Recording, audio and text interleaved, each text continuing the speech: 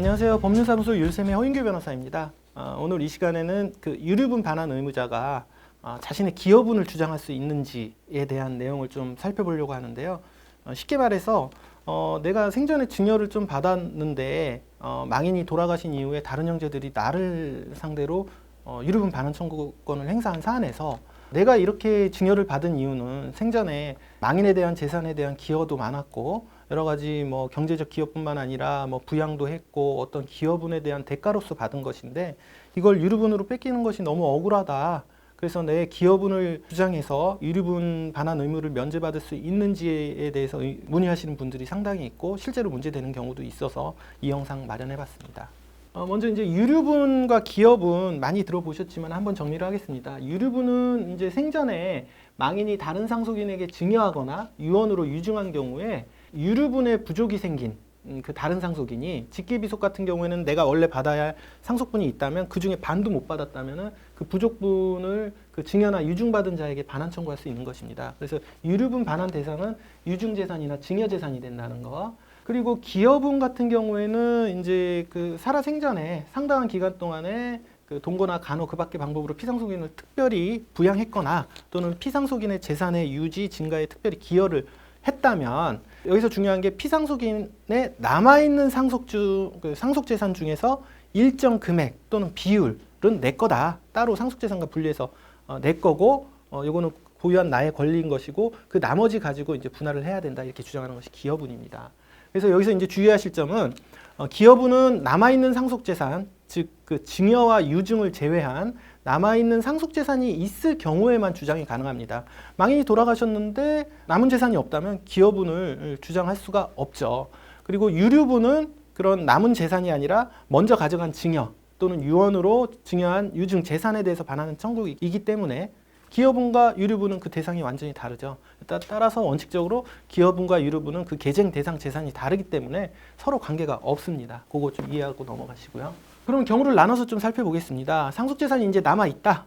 뭐 예를 들어서 이때는 이제 유류분 문제와 관계없이 그 남은 상속재산에서 그 생전에 이제 기여를 했다고 주장하시는 분은 그 기여분을 주장해서 남은 재산의 일부를 본인 고유의 상속 권리로 주장을 할 수가 있습니다.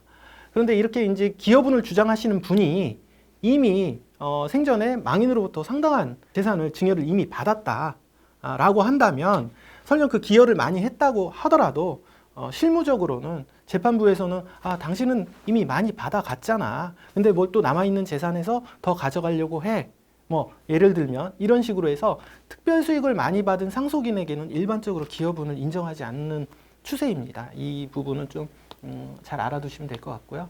이제 문제는 상속재산이 남아있지 않은 경우입니다. 기여분을 주장할 대상 상속재산이 남아있지 않아서 그 별도의 기여분 청구를 못하기 때문에 유류분 반환 의무자는 특히 이제 증여를 받은 재산이 그렇게 크지 않고 대부분 그 재산을 형성하는데 망인을 도와서 했고 어떻게 보면 상당히 그 부분에 대해서 이제 반환한다는 것이 좀 억울하다라고 생각할 수 있는 경우가 실제로 좀 있습니다. 실제로 또 타당한 면도 있고 그런데 안타깝게도 원칙은 대법원은 기여분을 상속재산 분할의 문제, 즉 남아있는 재산에서 가져갈 수 있는 문제로 파악하고 유류분 반환 청구를 상속재산 분할 청구로 볼 수 없는 이상 유류분 청구 소송에서 기여분에 관한 일체의 주장이 불가능한 것처럼 판단을 하고 있습니다. 그런데 이제 그 기여분을 직접적으로 주장은 못하더라도 유류분 소송에서 유류분 반환 의무자가 그 유류분을 좀 우회적으로 주장할 수 있는 여지가 있는 판례가 나와서 이거 좀 소개시켜 드리려고 하는데요. 최근 대법원에서는 이러한 유류분과 기여분의 관계에 대해서 그 우회적인 방법으로 유류분 소송에서 실질적인 기여분 주장을 할 수 있는 판결을 내고 있는데 그 방식은 유류분 반환액에서 직접적으로 기여분을 공제하는 것이 아니라 유류분 반환 기초재산에 산입되는 증여 등을 특별수익에서 기여분을 공제하는 방식입니다. 말이 어려운데 좀 예를 들어서 설명을 드리겠습니다.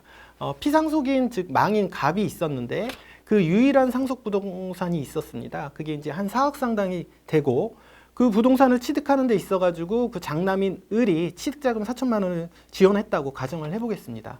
그런 상태에서 이제 갑이 돌아가셨고 상속인 일남 을과 이남 병이 있었는데 을만이 그 망의 갑의 유일한 부동산을 사전 증여 받았습니다. 이미 이제 돌아가시기 전에 을이 그 장남한테 이 4억 상당 부동산을 증여한 사안이죠.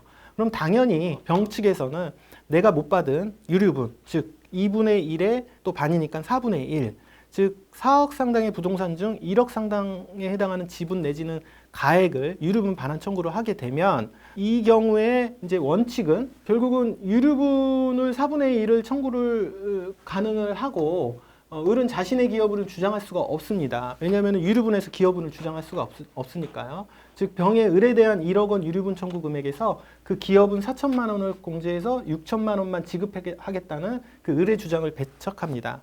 즉 내가 4천만 원을 댔으니까 내가 1억 원을 반환해야 되지만 내가 경제적으로 지원한 4천만 원을 공제하고 6천만 원을 주겠다. 이런 항변은 받아들여지지가 않죠. 그런데 변경된 판례에 의하면 을의 기여분 4천만 원을 그 유류분 반환 금액 그 1억에서 공제하는 게 아니라 애초에 그 기초 재산 4억에서 공제해서 4억이 아니라 3억 6천만 특별 수익으로 보고 그거의 4분의 1인 9천만 원의 유류분만 반환하겠다라는 주장이 받아들여질 여지가 생겼다는 것이죠.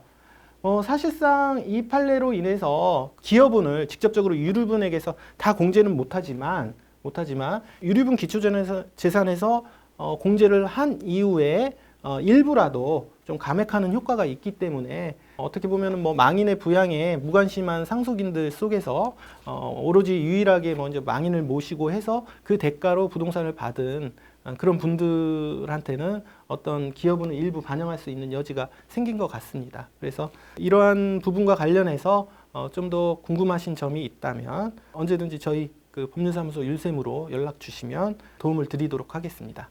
오늘 영상 여기까지 하고 다음 영상에서 뵙겠습니다. 감사합니다.